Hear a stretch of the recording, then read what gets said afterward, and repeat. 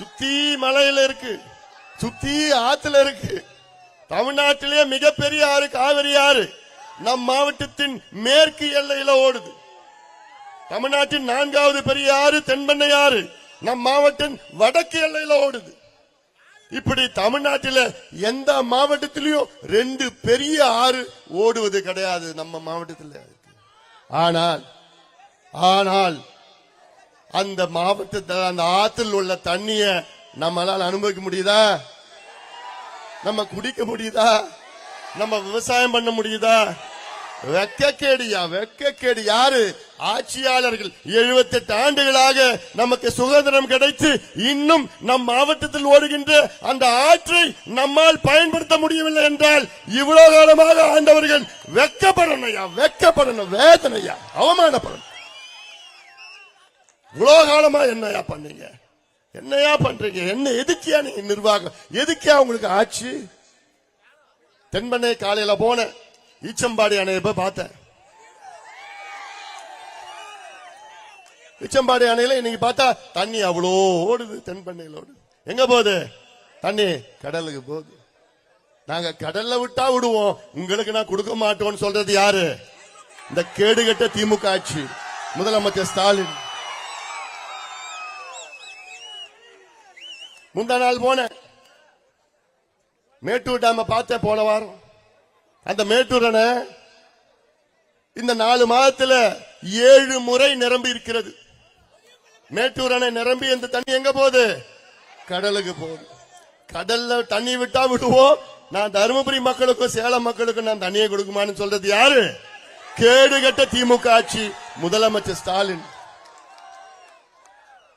அப்போ எவ்வளவு வன்மம் உங்கள் மீது முதலமைச்சர் ஸ்டாலின் அவர்களுக்கு எவ்வளவு வன்மம் இருக்கிறது, எவ்வளவு கோபம். ஏன் தருமபுரி மக்கள் பாவப்பட்ட மக்கள், நீங்க ஏதாவது பாவம் பண்ணிருக்கீங்களா? ஏன் இப்படி நமக்கு ஒரு சோதனை? ஏன் இந்த சோதனை? இவ்வளோ தண்ணி போகுது, கடல்ல போகுது. அந்த தண்ணிய இங்க ஒரு நீரேற்று மூலமா இங்க கொண்டு வரணும்னு எவ்வளவு கோரிக்கை, எவ்வளவு முறை நம்ம போராடி இருக்கிறோம். நம்ம கேட்கறது என்னையா? காவேரியில போற தண்ணி இந்த சொன்ன 7 முறை மேட்டூர் அணை நிரம்பி இருக்குது. 50 TMC தண்ணி கடல்ல போயிருக்கு 4 மாசத்துல. அதுல ஒரு 3 TMC தண்ணிய நீரேற்று மூலமாக கொண்டு வந்து ஏரி குளம் இதெல்லாம் நிரப்புகின்ற திட்டம் நம்ம தருமபுரி மாவட்டத்தில் உள்ள திட்டம். ஒகேனக்கல் காவேரி தருமபுரி உபரிநீர் திட்டம். இந்த பெயரை வச்சதே நம்ம தான். நம்முடைய நிர்வாகிகள், நம்ம வேலுச்சாமி உட்கள் நிர்வாகிகள் அத்தனை பேரும் ஆய்வு நடத்தி இந்த திட்டம் வர வேண்டும் என்று நீங்கள் என்னை உங்களுடைய நாடாளுமன்ற உறுப்பினராக தேர்வு பண்ணீங்க. 2014 எவ்வளவு எதிர்ப்புகள் மீறி என்னை மீது நம்பிக்கை வைத்து உங்களுடைய நாடாளுமன்ற உறுப்பினராக நீங்கள் எல்லோரும் சேர்ந்து தேர்வு செய்தீர்கள். அந்த நன்றியுடன் என் வாழ்நாள் முழுவதும் இருக்குமா. உங்களை மறக்கவே முடியாது. என்ன கடைசி காலம் வரைக்கும் என்னால மறக்க முடியாது. உங்களுக்கு நிச்சயமாக உங்கள் முன்னேற்றம் என்னுடைய நோக்கம், என்னுடைய லட்சியமாக. 5 ஆண்டு காலம் எவ்வளவு திட்டங்கள் சுத்தி சுத்தி வந்த இந்த பகுதிக்கு வந்தன. என்னோட நோக்கமே சுத்தி இருக்கிற தண்ணியை எடுத்துட்டு வந்து உங்க வீட்டு கிணத்துல 30 அடியில தண்ணி வரணும். முடியுமா? என்னால முடியும், என்னால கொண்டு வர முடியும், என்னால அதை செய்ய முடியும். உங்க வீட்டு போர்ல, உங்க நிலத்துல இருக்கிற போர்ல 100 அடி 80 அடி 60 அடி தண்ணி என்னால கொண்டு வர முடியும், என்னால முடியும். ஏன்னா சுத்தி தண்ணி இருக்கு. ஆனா அந்த தண்ணிய நம்ம பயன்படுத்துவது கிடையாது.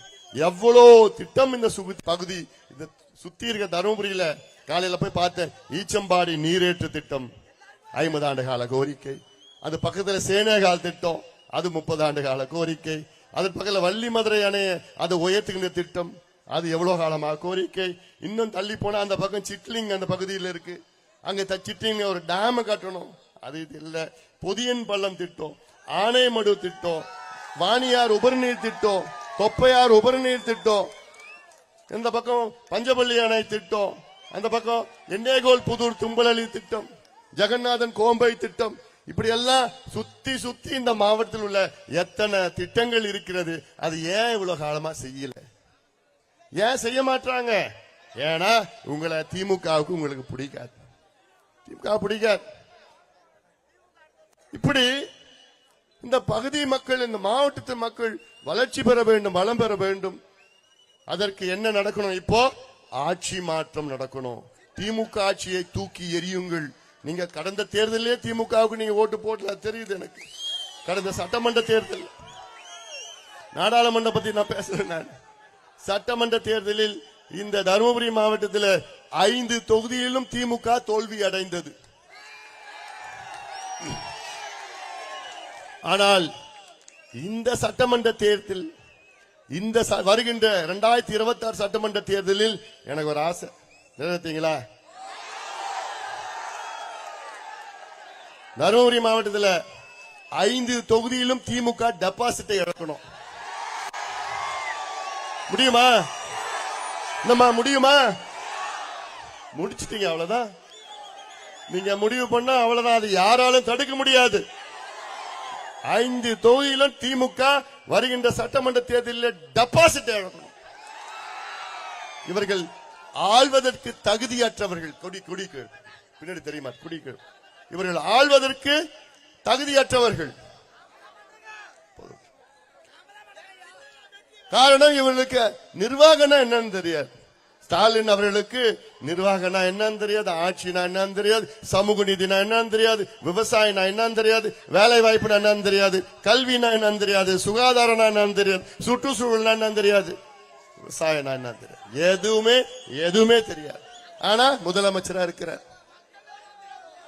எங்களுக்கு எல்லாம் தெரிஞ்சோம். இன்னைக்கு ஊரா போய் கேட்டுட்டு இருக்கோம். எங்களுக்கு ஆதரவு தாங்க. எல்லாம் தெரியும். இன்னைக்கு எல்லாம் தெரிஞ்சிருந்தா நான் என்னை பத்தி நான் மிகைப்படுத்தல. எனக்கு ஆதங்கம் இருக்கு. இந்த பிள்ளைங்களுக்கு எப்படி கல்வி கிடைக்கணும், எப்படி படிக்கணும், எப்படி உங்களுக்கு சுகாதாரம் கிடைக்கணும், விவசாயிகள் எப்படி விவசாயத்தை பெருக்கணும், விவசாயிகள் எப்படி மகிழ்ச்சியா இருக்கணும். டேய் இறங்குடா, டே ஸ்பீக்கர்ரா இறங்குடா, கேட்காம போயிட போகுது. இப்படி அந்த ஆதங்கம் எங்களுக்கு இருக்கிறது, எனக்கு இருக்கிறது குறிப்பாக. அதனால்தான் நான் எல்லா பகுதிகளுக்கும் நான் போயிட்டு வந்துட்டு இருக்கிறேன். நான் இங்கே வருகை தந்திருக்கின்றேன். அதாவது கொஞ்ச நாளுக்கு முன்னாடி இங்க நான் இந்த தொகுதி நாடாளுமன்ற உறுப்பினராக இருந்த இடத்துல எனக்கு இங்க கடத்தூர்ல இங்க இருக்கின்ற அங்க லயன்ஸ் கிளப், ரோட்டரி லயன்ஸ் வணிகர்கள்லாம் வந்தாங்க என்கிட்ட. இந்த வடிவேல் படத்துல கிணத்த காணோம் போலீஸ்ல கம்ப்ளைண்ட் கொடுப்பாங்கல்ல, அதே மாதிரிதான் ஐயா கடத்தூர் ஏரியை காணோம்னு சொன்னாங்க. என்னடா திடீர்னு வடிவேல் கதையா இருக்கு. ஐயா ஆமா ஐயா, எங்களுக்கு இவ்வளவு பெரிய ஏரி கடத்தூர்ல இருந்ததுயா, அது காணோம். அப்புறம் நானு நம்ம நிர்வாகிகள் எல்லாம் போய் தேடணும், எங்கடா ஏரின்னு பார்த்தா அந்த ஏரி எங்கேயோ உள்ள மறைஞ்சிருது. அதன் பிறகு அந்த ஏரிய கண்டுபிடிச்சி தேடி கண்டுபிடிச்சி அதை சுத்தப்படுத்தி அப்புறப்படுத்தி இந்த கருவேலெல்லாம் அப்புறப்படுத்தி ஆழப்படுத்தி தூர்வாரி அந்த கிணத்துலதான் தூர்வாரி அதன் பிறகு பார்த்தா அவ்வளோ அழகான ஒரு ஏரி, அவ்வளோ தண்ணி அந்த ஏரிக்கு வந்தது. இது எதற்குதான் இருக்குது தண்ணி இருக்கு. இன்னைக்கு இதற்கு எனக்காக இந்த வணிகர்கள் எல்லாம் இங்க வியாபாரி சங்கம் எனக்கு ஒரு பாராட்டு விழா அடிச்சாங்க. ஏன்னா இது போன்ற திட்டங்கள் தான் எனக்கு மிகவும் பிடித்த திட்டம். நீர் மேலாண்மை, நீர் திட்டம். நீர் மேலாண்மைனா என்ன? நீர் மேலாண்மை, வாட்டர் மேனேஜ்மெண்ட். நீர் மேலாண்மைனா 12 மாசத்துல ஒரு மாசம் மழை பெய்யும். அந்த ஒரு மாசம் பெய்யற மழையை மிச்சப்படுத்தி அடுத்த 11 மாசம் பயன்படுத்துவதுதான் நீர் மேலாண்மை. ஒரு மாசம் பெய்யற மழையை நம்ம சேமிச்சு மிச்சப்படுத்தி சேமிச்சு அடுத்த 11 மாசம் நம்ம பயன்படுத்துவது நீர் மேலாண்மை. பருவம், இப்ப தென்மேற்கு பருவம் 3 மாசம், வடகிழக்கு பருவம் 3 மாசம், 6 மாசம் பருவம் காலம். ஆனா பெய்யற மழை 30 நாள் தான் பெய்யுது மொத்தத்துல. அந்த 30 நாள் பெய்யற மழையை இது போன்ற ஏரி குளத்தெல்லாம் தூர்வாரணும். நம்ம ஆத்துல தண்ணி எல்லாம் எடுத்துட்டு இந்த பகுதிக்கு கொண்டு வரணும்.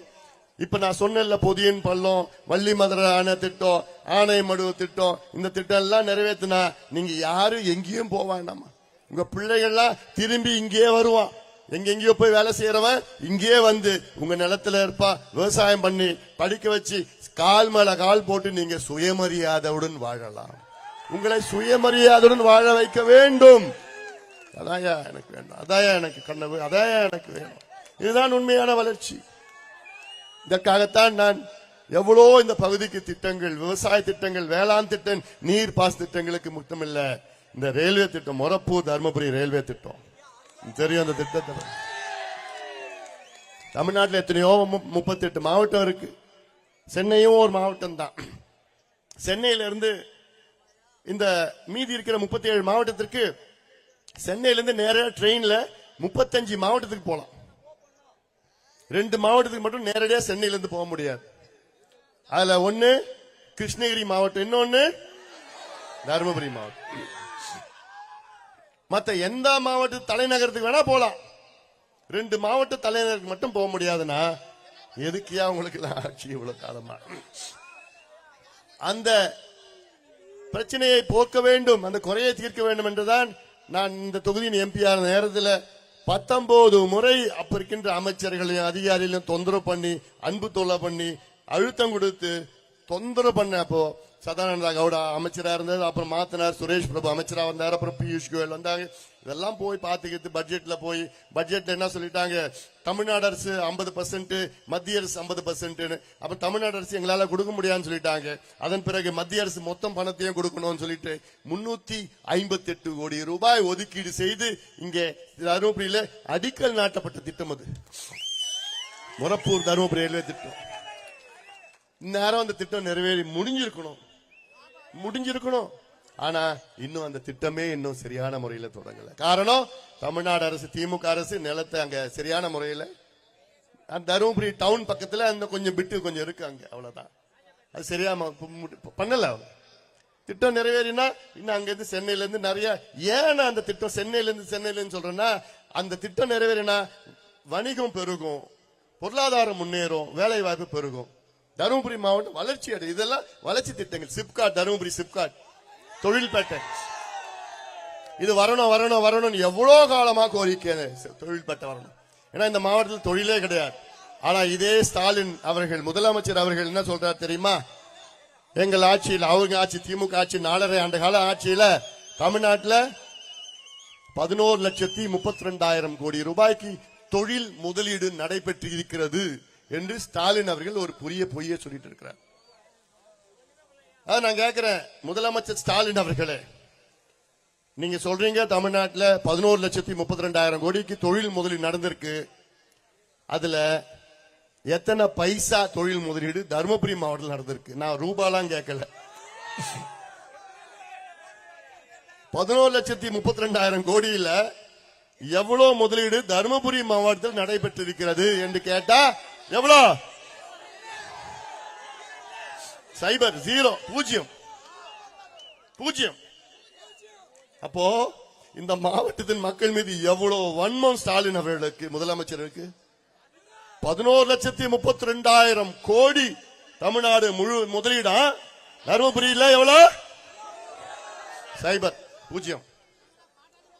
அப்ப என்னையா நீ பண்ற, என்னையா மக்கள், என்ன நிர்வாகம், என்ன ஆட்சி பண்ணிட்டு இருக்கிறீங்க?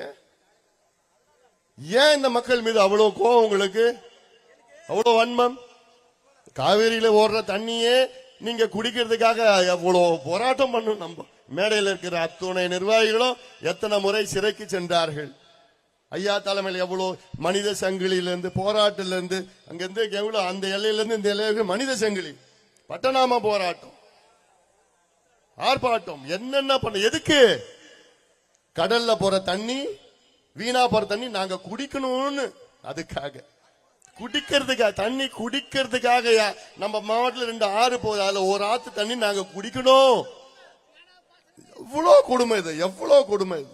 அதற்கு எவ்வளவு 30 ஆண்டு காலம் போராட்டத்துக்கு பிறகு அப்புறம் 98ல அந்த திட்டத்தை அறிவிச்சாங்க. என்னது? ஒகேனக்கல் கூட்டு குடிநீர் திட்டம் அறிவிச்சு 10 ஆண்டுகளுக்கு பிறகு அதுக்கு அடிக்கல் நாட்டுறாங்க. அதுவும் ஒரு பை எலெக்ஷன். அதன் பிறகு 2013 இந்த திட்டம் அறகுறையா செயல்படுத்துறாங்க. ஆனா அது அறகுறையா வந்துட்டு தான் இருக்குது. 6 நாள் 8 நாள் 10 நாளுக்கு ஒரு முறை தண்ணி வருது. அந்த தண்ணியும் நிலத்தடி தண்ணி ரெண்டும் கலந்து கொடுக்கறான், டேங்க்ல ஏத்துறான். எதுக்கியா தண்ணி கொடுக்கற? இந்த தண்ணி கொடுக்கறதுக்கே காரணமே, நீங்க குடிக்கிற தண்ணியில புளோரைடு என்ற நச்சு பொருள் இருக்கு. புளோரைடு, புளோரோசிஸ், ஏன்னா அது சிரிச்சாலே தெரியும். நான் ஒரு நாள் ராமேஸ்வரம் போயிருந்தேன். அப்போ அப்துல் கலாம் அவர்கள் இறந்துட்ட பிறகு அங்கே அவர் அடக்கம் பண்ணப்போ நான் பிரதமர் எல்லாம் போனாங்க, கூட நான் போயிருந்தேன். நான் அப்ப போனா நான் அந்த நிகழ்ச்சி முடிச்சதுக்கு பிறகு நான் போனா ஒரு பையன் பார்த்து என்ன சிரிச்சான், ஐயான்னு பார்த்து சிரிச்சான். சிரிச்ச உடனே பார்த்தேன், டேய் தருமபுரியாடான்னு கேட்டேன். ஆமா ஐயா. பார்த்தா மஞ்சள் பல்லு மஞ்சள். என்னடா பண்றேன்னா நீங்க கொத்தனார் வேலை. அப்போ இந்த நீங்க இங்க குடிக்கிற தண்ணியில புளோரோசிஸ் புளோரைடு இருக்கு. அது குடிச்சா உங்க பல்லு மட்டும் இல்ல, உங்க எலும்பெல்லாம் தேஞ்சு போயிடும், ஆயுள் குறையும். இதெல்லாம் எவ்வளோ பிரச்சனைகள் இருந்தோம். 2 இந்த மாவட்டத்தில் போற தண்ணிய உங்களுக்கு கொடுக்கறதுக்கு சுதந்திரம் அடைந்து கிட்டத்தட்ட 70 ஆண்டுகளுக்கு பிறகுதான் இவர்கள் கொடுக்கின்றார்கள் என்றால் இவங்களுக்கு என்னையா நிர்வாகம் தெரியுது? உங்களுக்கு உங்களை பத்தி என்ன அக்கறை இருக்குது? இப்ப பார்த்தா அந்த 2வது திட்டம் கொண்டு வந்திருக்கணும், அதை இல்ல, இப்ப அதை 3வது திட்டமா அறிவிச்சிருக்கிறாங்க ஒரு பேருக்குன்னு. வெறும் அறிவிப்பு தான் வந்திருக்குது. ஆனா அதுல 7000 கோடி அறிவிச்சிருக்கிறாங்க. ஒகேனக்கல் கூட்டு குடிநீர் திட்டம் 3, அது 2 தான், 3 அறிவிச்சிருக்கிறாங்க. அதுல 7000 கோடின்னு சொல்லியிருக்கிறாங்க. 7000 கோடியில 8400 கோடி. அந்த 8400 கோடியில மத்திய அரசு கொடுக்கிறது 2400 கோடி, தொழில்துறை கொடுக்கிறது 500 கோடி, தமிழ்நாடு அரசு கொடுக்கிறது சைபர் கோடி. தமிழ்நாடு அரசு ஒரு பைசா கொடுக்கல, மீதி ஜப்பான் ஜைகா கொடுக்கறான், ஜப்பான்காரன் கொடுக்கறான் மீதி பணத்தை. அந்த ஜிஎஸ்டி மட்டும்தான் இவன் காட்டுறான் தமிழ்நாடு அரசு. ஆனா சொல்றதெல்லாம் நாங்கள் ஒகேனக்கல் குடிநீர் கூட்டு குடிநீர் திட்டத்தை கொடுக்கிறோம். எவ்வளோ பொய்ய சொல்றான், எவ்வளோ பொய்ய சொல்லிட்டு இருக்கிறான். பொய்ய தவிர வேற கிடையாது. ஸ்டாலின் அவர்களே, கடந்த சட்டமன்ற தேர்தலுக்கு முன்பு நீங்கள் என்ன வாக்குறுதி கொடுத்தீர்கள் மக்களுக்கு? நாங்கள் ஆட்சிக்கு வந்தால் 100 நாள் வேலை வாய்ப்பு திட்டத்தை 150 நாட்களாக உயர்த்துவோம் என்று சொன்னாங்களா இல்லையா? அதாவது இந்த 100 நாள் வேலை வாய்ப்பு திட்டம் தமிழ்நாட்டில் 85 லட்சம் பேர் பதிவு பண்ணிருக்கிறாங்க. அதுல 75 லட்சம் பேருக்கு தான் வேலை கிடைக்குது. இந்த வருஷம் 45 லட்சம் பேருக்கு தான் வேலை கொடுத்திருக்கிறாங்க. அதுவும் இவ்வளவு நாள் திரும்ப கொடுத்திருக்கிறாங்க. எவ்வளவு நாளா இருக்கும்? வெறும் 9 நாள்.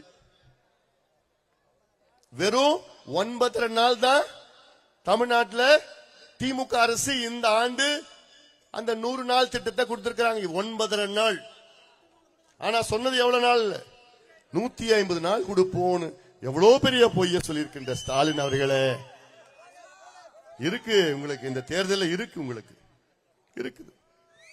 நாங்கள் ஆட்சிக்கு வந்தால் கல்வி கடன் ரத்து, நகை கடன் ரத்து, விவசாய கடன் ரத்து. உங்களை ரத்து பண்ண போறாங்க மக்கள். எவ்வளவு பொய், எவ்வளவு பொய். நாங்கள் ஆட்சிக்கு வந்தால் நீட்டு தேர்வு ஒரே வாரத்தில் ரத்து. நீட்டு தேர்வு ரத்து பண்ணிட்டாங்களா? நீட்டு கைய நீட்டு தான் தெரியும் லஞ்சம் வாங்கறதுக்கு. இந்த நீட்டு தேர்வுலாம் அதெல்லாம் அதுக்கு 1 கோடி கையெழுத்தான், இப்படி 10 கோடி கையெழு. தினமும் வசனம் பேசி பேசி என்ன தமிழ்நாடு மக்கள் என்ன முட்டாளிகளா, ஏமாளிகளா அப்படின்னு நினைச்சிட்டு இருக்கிறாங்க 2 பேரும். நிச்சயமா கிடையாது, நிச்சயமா கிடையாது. நாங்கள் ஆட்சிக்கு வந்தால் அரசு வேலைகள் 5.5 லட்சம் வேலைகளை நாங்கள் நிரப்புவோம். 38,000 வேலைகள் நிரப்பியிருக்கிறாங்க. கொடுத்தல புதுசா உருவாக்கல, கொடுத்து நிரப்பியிருக்கிறாங்க. இப்படி நாங்கள் ஆட்சிக்கு வந்தால் தனியார் தொழிற்சாலைகள் வேலை வாய்ப்பில் 75 விழுக்காடு உள்ளூர் இளைஞர்களுக்கு நாங்கள் கொடுப்போம் என்று சட்டத்தை கொண்டு வருவோம். கொண்டு வந்தாங்களா? இல்ல. நாங்கள் ஆட்சிக்கு வந்தால் மாதம் மின் கணக்கெடுப்பு நடத்துவோம். மின்சார கணக்கு மாசம் எடுப்போம். அப்படி இந்த யோசனையை சொன்னதே யாரு? பாட்டாளி மக்கள் கட்சி. நாம சொன்னோம். மாசம் உங்களுக்கு கணக்கெடுப்பு நடத்தினா, மின்சார கணக்கெடுப்பு நடத்தினா உங்க மின்சாரம் கட்டணம் 30% இருந்து 50% குறையும். அதுக்காக மாசம் 2 மாசம் ஒரு முறை எடுத்தா யூனிட் மேல ஏறும். 100 யூனிட்டுக்குன்னா டபுள், 500 யூனிட்னா அப்புறம் ட்ரிபிள், 1000 யூனிட்னா அதுக்கு மேல போகும். மாசம் எடுத்தாலே குறைஞ்சு போயிடும். இப்ப நான் கேட்டேன், ஏன் மாசம் கணக்கெடுப்பு நடத்தலன்னு கேட்டா, நாங்க ஸ்மார்ட் மீட்டர் வந்தாதான் எடுப்போம், டிஜிட்டல் மீட்டர் வந்தாதான் எடுப்போமா. ஸ்மார்ட் மீட்டர் அது எப்பயா வரும்னா 3 வருஷம் ஆகும். நீ இருக்கிறதே இன்னும் 4 மாசம் தான். அப்புறம் நம்ம ஆட்சி வரப்போகுது. 4 மாசத்துல நம்ம ஆட்சி வரும். அந்த ஸ்மார்ட் மீட்டருக்கு ஒரு டெண்டர் விட்டானுங்க. அந்த டெண்டர் விட்டு இப்ப அந்த டெண்டரை ரத்து பண்ணிட்டாங்க. ஏன் தெரியுமா? அப்போ அந்த ஸ்மார்ட் மீட்டர் டெண்டர் வந்த நேரத்தில் நம்ம சுதந்திர போராட்டத்தில் அந்த ஒரு தியாகி ஒருத்தர் இருக்கா. சுதந்திர போராட்டத்தில் அங்க ஜெயிலுக்கு போயிருக்காரு ஒருத்தர். யாரு? செந்தில் பாலாஜி என்ற ஒரு தியாகி. 471 நாள் ஜெயிலுக்கு போயிருக்கிறார். எதுக்கு? நம்ம சுதந்திர போராட்டத்துக்காக, நாட்டு மக்களுக்காக ஜெயிலுக்கு போன முன்னாள் அமைச்சர் செந்தில் பாலாஜி அவர் உள்ள இருந்தார். அப்போ டெண்டர் விட்டாங்களாம். இப்ப வெளியில வந்துட்டாரு. அந்த டெண்டர் ரத்து பண்ணிட்டு இவர் டெண்டர் அமைச்சர் நம்மால் தான். யாரு? சிவசங்கர். அதான் சொன்னேன். இந்த படையப்பா படம் பாத்தீங்களா? படையப்பா படத்துல ரஜினிகாந்த் செந்திலும் போவாங்க பொண்ணு பாக்குறதுக்கு. அப்ப அந்த சேத்துல விழுந்துருவாப்ல. ரஜினிகாந்த் சட்டையை கொடுத்துட்டு வரவன் போறான். கேட்பாங்க யாருங்க மாப்பிள்ளன்னு கேட்பா. மாப்பிள்ள அவரு தான். அவர் போட்டுக்கிற சட்டை என்னதுன்னு சொல்லுவார்ல.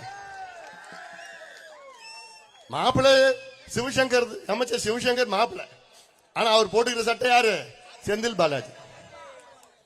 அவர் செந்தில் பாலாஜி என்ன சொன்னாரோ சிவசங்கர் கையெழுத்து போட்டுதான் ஆகணும். வழி இல்லை. இல்லைன்னா அமைச்சரா வச்சிருக்க மாட்டாங்க. இப்படி கொள்ளையோ கொள்ள அடிச்சுக்கிட்டு நாசம் பண்ணிட்டு இருக்கிற ஒரு ஆட்சி கேடுகட்ட ஆட்சியா? கேடுகட்ட ஆட்சி, தரமற்ற ஆட்சி, ஊழல் ஆட்சி. எது பார்த்தாலும் காட்சி, எது பார்த்தாலும் லஞ்சம், கொள்ளையோ கொள்ள அடிச்சிருக்கிற திமுகவை தூக்கி எறியுங்கள். இன்னும் 6 மாதத்திலே நம் கூட்டணி ஆட்சி. நம்ம ஆட்சியா? நம்ம ஆட்சி, நம்ம ஆட்சி. தமிழ்நாடு முழுவதும் நான் இந்த 100 நாள் போயிட்டு வந்துட்டேன். பார்த்துட்டேன். மக்களுடைய மனநிலையை பார்த்துட்டேன். சாதாரண கோபம் இல்ல, மக்கள் ஆத்திரத்தில் இருக்கிறான். வருடம் தேர்தல் பார்த்துக்கிறேன். திமுகவை இவ்வளோ கோபத்துல நான் இது வரைக்கும் நான் பார்த்தது கிடையாது. இப்ப திமுகவை எதிர்த்து ஒரு அலை வீசிக்கொண்டிருக்கிறது. இந்த அலை கொஞ்சம் கொஞ்சமா தேர்தல் நெருங்க பேரலையா மாறி சுனாமியாக மாறி திமுகவை தூக்கி எறியும். தேர்தலில் திமுகவை சுனாமி அலை, மக்கள் உடைய எதிர்ப்பு அலை, திமுக எதிர்ப்பு அலை சுனாமியாக மாறும்.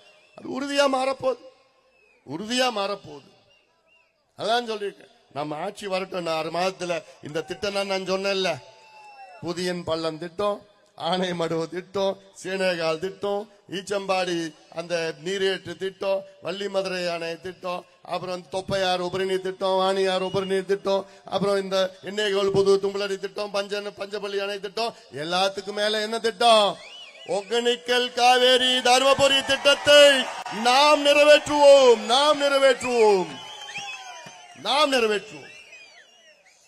ஒரு திட்டம், ஒரு மாவட்டத்தின் மக்கள் 80 விழுக்காடு மக்கள் அந்த திட்டத்தினால் பயன்பெறுவார்கள் என்றால், நீங்க நல்ல முதலமைச்சரா இருந்தா, நேர்மையான நாணயமான நல்ல தெரிஞ்ச முதலமைச்சரா இருந்தா, அந்த திட்டத்திற்கு நீங்கள் முன்னுரிமை கொடுத்து அந்த திட்டத்தை நீங்கள் நிறைவேற்றி இருப்பீர்கள்.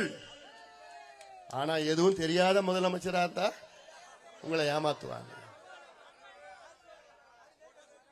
நல்ல நிர்வாகியா இருந்தா இந்த மாவட்டத்தில் உள்ள 80 விழுக்காடு மக்கள் பயன்பெறுகின்ற திட்டத்தை, அதுதானே உன்னுடைய முதல் வேலையா இருந்திருக்கணும். அதான் நீ முன்னிலை கொடுத்திருக்கணும். அந்த திட்டத்தில் தானே நீ நிதியை போட்டிருக்கணும். ஏன் செய்யல?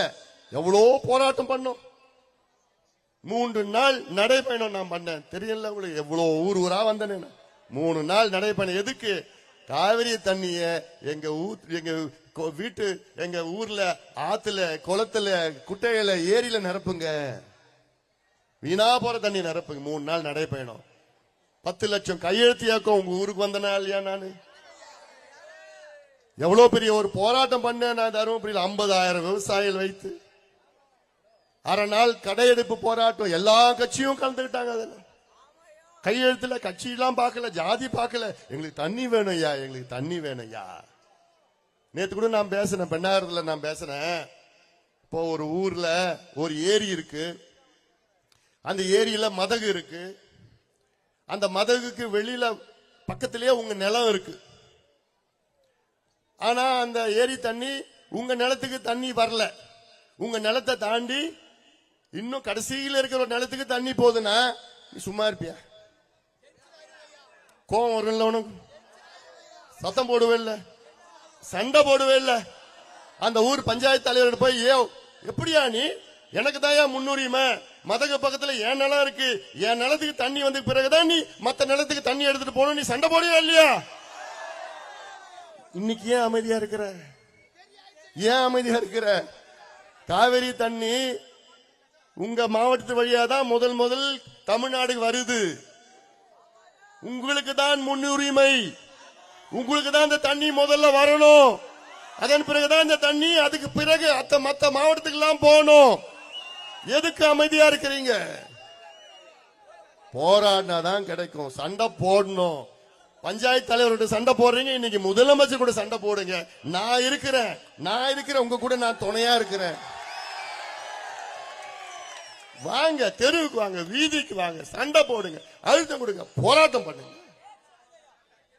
எனக்கு தான் முன்னுரிமை, முதல் உரிமை எனக்கு தான் சொல்லுங்க, கேளுங்க, கேட்டாதான் கிடைக்கும்.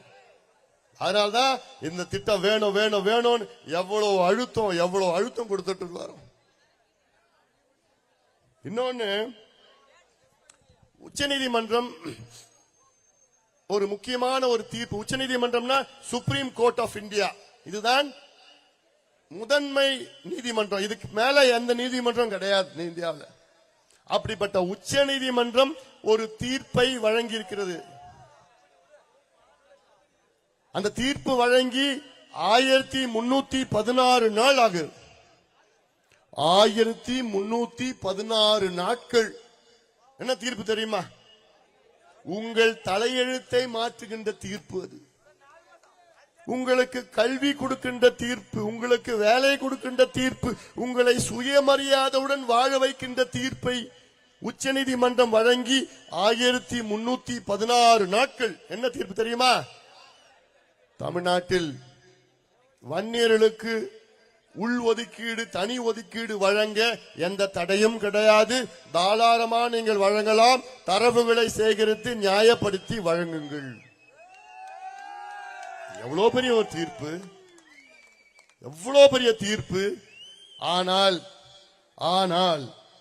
இந்த தீர்ப்பு வந்து 1316 நாட்கள் ஆகியும் இந்த தீர்ப்பை நடைமுறைப்படுத்த நான் தயங்குகிறேன் சொல்ல மாட்டேன்.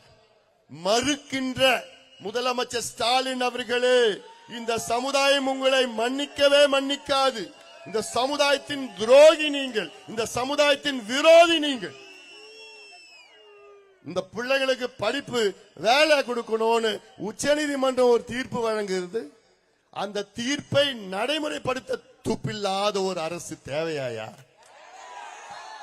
ஆனாதான் நான் சொல்றேன், வருகின்ற சட்டமன்ற தேர்தலில் தமிழ்நாட்டில் ஒரு வன்னியர் கூட திமுகவுக்கு ஓட்டு போடக்கூடாது. இந்த சமுதாயத்திற்கு துரோகி திமுகவும் ஸ்டாலின் அவர்கள். எதுக்கெடுத்தாலும் உச்சநீதிமன்றம் போறீங்களே நீங்க, ஸ்டாலின் அவர்களே, எதுக்கெடுத்தாலும் உச்சநீதிமன்றம் ஓடுறீங்க. எதுக்கு ஓடுறீங்க?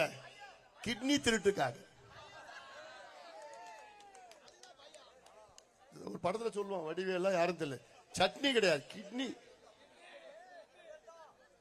மண்ணை திருநானுங்க, ஆத்து மணல திருநானுங்க, கடல் மணல திருநானுங்க, மலைய திருநானுங்க, இப்ப கிட்னி திருட ஆரம்பிச்சுட்டானுங்க. ஜாகிரதையா இருங்கம்மா. ஏமாத்தி எடுத்துட்டு போறான், கிட்னி எடுத்துட்டு போறான். கிட்னி யார் திருடினா? திமுக காரன், திமுக எம்எல்ஏ. அவங்க ஹாஸ்பிட்டல் தான் கிட்னி திருடினான். நான் தான் அதுக்கு அறிக்கையெல்லாம் விட்டு அழுத்தம் கொடுத்து மத்த எல்லா கட்சியும் சேர்ந்துடுச்சு. சேர்ந்தவுடன் இங்க இருக்கிற அமைச்சர் பேசுறாரு, தமிழ்நாடு அமைச்சர் பேசுறார், இது கிட்னி திருட்டு அல்ல, இது கிட்னி முறைகேடு. ஆடா பாவீங்களா, இப்படியா ஏமாத்து? கிட்னி திருட்டு இல்லையா, கிட்னி முறைகேடா? ஒண்ணு தெரியாதவங்களுக்கு பிடிச்சி கிட்னியை திருடிட்டு கிட்னி முறைகேடுன்னு சொல்லிட்டு இருக்கு. இதற்கு சென்னை உயர்நீதிமன்றம் ஒரு விசாரணை நடத்தணும்னு ஒரு ஆணையிட்டது. அந்த விசாரணையை எதிர்த்து எங்க போனாங்க இவங்க? உச்ச நீதிமன்றம் போயிருக்கிறாங்க. நீ நியாயமான ஆட்சி நடத்தியிருந்தேன்னா, நேர்மையான ஆட்சி நடத்தியிருந்தேன்னா, கிட்னி யார் தரனா, எங்க இப்படி எவ்வளவு பெரிய ஒரு மோசடி அப்படின்னு கண்டுபிடிச்சிருப்பல்ல, அதுக்கு விசாரணை நடத்தியிருப்பல்ல. ஏன் பண்ணாம நீ எதுக்கு நீ உச்ச நீதிமன்றம் ஓடுற? உனக்கு என்ன பயம்? ஆனா உச்ச நீதிமன்றம் விசாரணை நடத்தணும்னு சொல்லிடுச்சு. இதுக்கெல்லாம் நீ உச்ச நீதிமன்றம் போற? தமிழ்நாட்டில் 4700 கோடி ரூபாய்க்கு மணல் கொள்ளை நடந்திருக்கிறது என்று அமலாக்கத்துறை என்போர்ஸ்மெண்ட் டைரக்டர் இடி ஒரு விசாரணை நடத்தியது. இந்த விசாரணை எதிர்த்து நீ உச்ச நீதிமன்றம் போற. தமிழ்நாட்டிலே டாஸ்மார்க்கில் அந்த டாஸ்மார்க்குடைய போக்குவரத்து டிரான்ஸ்போர்ட்ல 1000 கோடி ஊழல் என்று இடி கண்டுபிடிச்சு அதுக்கு விசாரணை நடத்தினாங்க. இதை எதிர்த்து நீ எங்க ஓடுற? உச்ச நீதிமன்றம் ஓடுற. ஆனால் அப்படிப்பட்ட உச்ச நீதிமன்றம் 1316 நாள் முன்னோடி தீர்ப்பு வன்னியர்களுக்கு தமிழ்நாட்டில் இடஒதுக்கீடு குடு என்று சொல்லி தீர்ப்பு கொடுத்து இவ்வளவு காலமா ஏன் அமைதியா இருக்கிற? ஏன் குடுக்கல? ஏன் குடுக்க மறுக்கிற? ஏன் இந்த பிள்ளைங்களை படிக்கூடாதா? இன்னும் கூலியா இருக்கணுமா? இன்னும் கூலியா வேலை செய்யணுமா? என்னையா காரணம் சொல்லு. மக்கள் ஓட்டு தான் வேணும், இந்த பிள்ளைங்க படிக்க கூடாது. எவ்வளவு மோசடி, எவ்வளவு மோசடி எல்லாம் இந்த சமுதாயம் மன்னிக்காது, மன்னிக்கவும் முடியாது. எவ்வளவு பெரிய சமூக அநீதி, சமூக நீதி துரோகி. சாதிவாரி கணக்கெடுப்பு நடத்து, அப்பதான் தமிழ்நாட்டில் அனைத்து சாதிகளுக்கும் சமூக நீதி கிடைக்கும் என்று எவ்வளவு காலமாக நாங்க கத்திட்டு இருக்கிறோம். எவ்வளவு போராட்டம், எவ்வளவு ஆர்ப்பாட்டம், கருத்தரங்கம் எவ்வளவு பண்ணிருக்கிறோம். சாதிவாரி கணக்கெடுப்புனா ஒரு சாதி பிரச்சனை கிடையாது, சமூக நீதியின் பிரச்சனை. தமிழ்நாட்டின் அனைத்து சமுதாயங்கள் என்ன நிலையில் இருக்கிறது என்று தெரிந்து கொள்ள கணக்கெடுப்பு நடத்தும். கணக்கெடுப்பு நடத்தாயா உங்களுக்கு தெரியும் யார் யார் என்ன சமுதாயம் என்ன நிலையில் இருக்கிறாங்கன்னு? கணக்கெடுப்பு நடத்தாம எப்படி தெரிஞ்சுப்பீங்க நீங்க? வெளியில அதாவது வலசை பறவைகள் ரஷ்யா, சைனா, ஆஸ்திரேலியால இருந்து எவ்வளவு பறவைகள் தமிழ்நாடு வருது, அதெல்லாம் கணக்கெடுப்பு நடத்துறீங்க. ஏன் தெருவில் எத்தனை நாய் சுத்திட்டு இருக்குன்னு கணக்கெடுப்பு வச்சிருக்கீங்க? தெருவில் எத்தனை மாடு சுத்துதுன்னு அதெல்லாம் கணக்கு வச்சிருக்கீங்க. எலெக்ஷன் வந்ததுன்னா எந்த வீட்டுல எவ்வளவு ஓட்டு இருக்குது, அந்த ஓட்டுக்கு எவ்வளவு காசு கொடுக்கலாம், அந்த கணக்கெல்லாம் வச்சிருக்கிறேன். இந்த பிள்ளைங்க படிக்கிறதுக்கு வேலை போறதுக்கு அந்த கணக்கு மட்டும் நான் எடுக்க மாட்டேன். கர்நாடகா, ஆந்திரா, தெலுங்கானா, ஒரிசா, ஜார்க்கண்ட், பீகார் இத்தனை மாநிலத்தில் எடுத்து முடிச்சுட்டாங்க. ஆனால் சமூக நீதியின் பிறப்பிடம் தமிழ்நாடு.